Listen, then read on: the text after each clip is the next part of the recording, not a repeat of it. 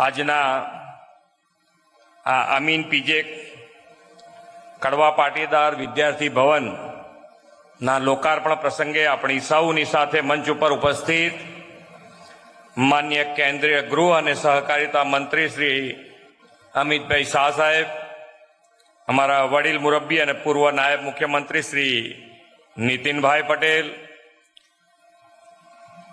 સંસ્થાના પ્રમુખ શ્રી સતીશભાઈ પટેલ, શ્રી રમેશભાઈ પટેલ, મુખ્ય ડોનર ડોક્ટર રાજુભાઈ માવાવાલા, દિલીપભાઈ પટેલ, દાહ્યાભાઈ પટેલ, મંચ ઉપર ઉપસ્થિત સર્વ મહાનુભાવો, પ્રેસ મીડિયાના મિત્રો, સૌને મારા નમસ્કાર. જય જગન્નાથ. આજે અષાઢી બીજના પવિત્ર દિવસે શિક્ષણ થકી સમાજ ઘડતરના પવિત્ર કાર્યમાં મને સહભાગી થવાની તક મળી તે બદલ હું આપ સૌનો આભારી છું. વિશ્વ નેતા અને દેશના યશસ્વી વડાપ્રધાન શ્રી નરેન્દ્રભાઈ મોદીએ શિક્ષણની જ્યોત ગામે ગામ પ્રગટાવવા શિક્ષણ સંસ્કાર સિંચન માટે પાછલા 2 દાયકાથી શાળા પ્રવેશોત્સવ કન્યા કેળવણી મહોત્સવ કાર્યક્રમ શરૂ કરાવ્યો છે. શિક્ષણ એ ભવિષ્ય છે અને બાળકો એ આપણી આવતીકાલ છે. દેશની આવતીકાલ ઉન્નત કરવી હોય તો આજે આપણા બાળકોને સારું અને ગુણવત્તાયુક્ત શિક્ષણ આપવું ખૂબ જરૂરી છે. શિક્ષણ જ વિકાસનો પાયો છે. પાયો જેટલો મજબૂત તેટલી વિકાસની ઇમારત મજબૂત બને. આપણા વડાપ્રધાન શ્રી નરેન્દ્રભાઈ મોદી સાહેબ સતત 3જી વાર દેશનું નેતૃત્વ સંભાળીને વિકાસની ઇમારત મજબૂત બનાવીને વિકસિત ભારતના સંકલ્પને સાકાર કરવાનું આહવાન કર્યું છે. ગુજરાત તો વડાપ્રધાનશ્રીના દરેક આહવાનને, દરેક સંકલ્પને પાર પાડવામાં હંમેશા અગ્રેસર રહ્યું છે. દીકરા દીકરીઓના શિક્ષણનો પાયો વધુને વધુ સુદૃઢ કરીને વિકસિત ભારત માટે વિકસિત ગુજરાતનું નિર્માણ આપણે કરવું છે. એમાંય શ્રી અમિતભાઈ શાહ સાહેબ જેવા આગેવાન આપણી સાથે છે, આપણું માર્ગદર્શન કરે છે. દરેક ક્ષેત્રમાં સામાજિક સહકાર મળે તો રાજ્યના વિકાસનો પથ સરળ થઈ જાય છે.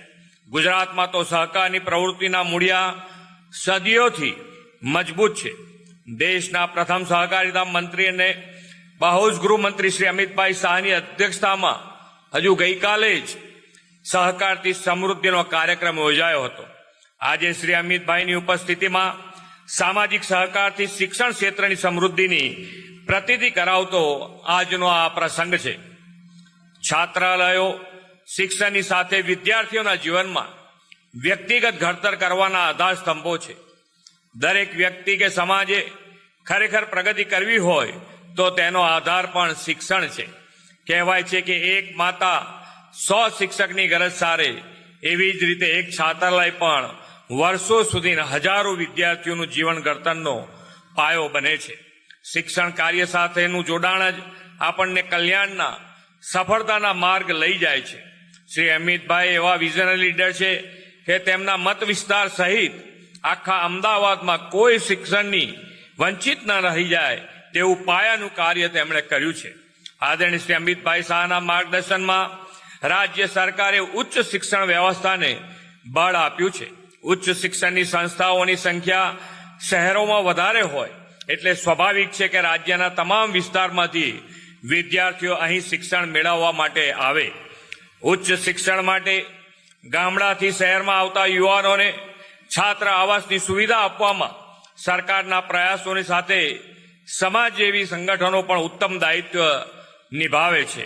રાજ્ય સરકારે પણ સમરસ છાત્રાલયો શરૂ કરીને રાજ્યના છેવાડાના ગામડાના વસતા દીકરા દીકરીઓને પણ શહેરમાં આવીને ઉચ્ચ શિક્ષણ મેળવે તેવી વ્યવસ્થા ઊભી કરી છે.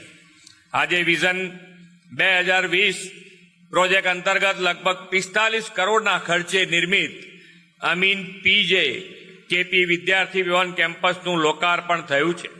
આ છાત્રાલયનો ઇતિહાસ પણ રોચક છે.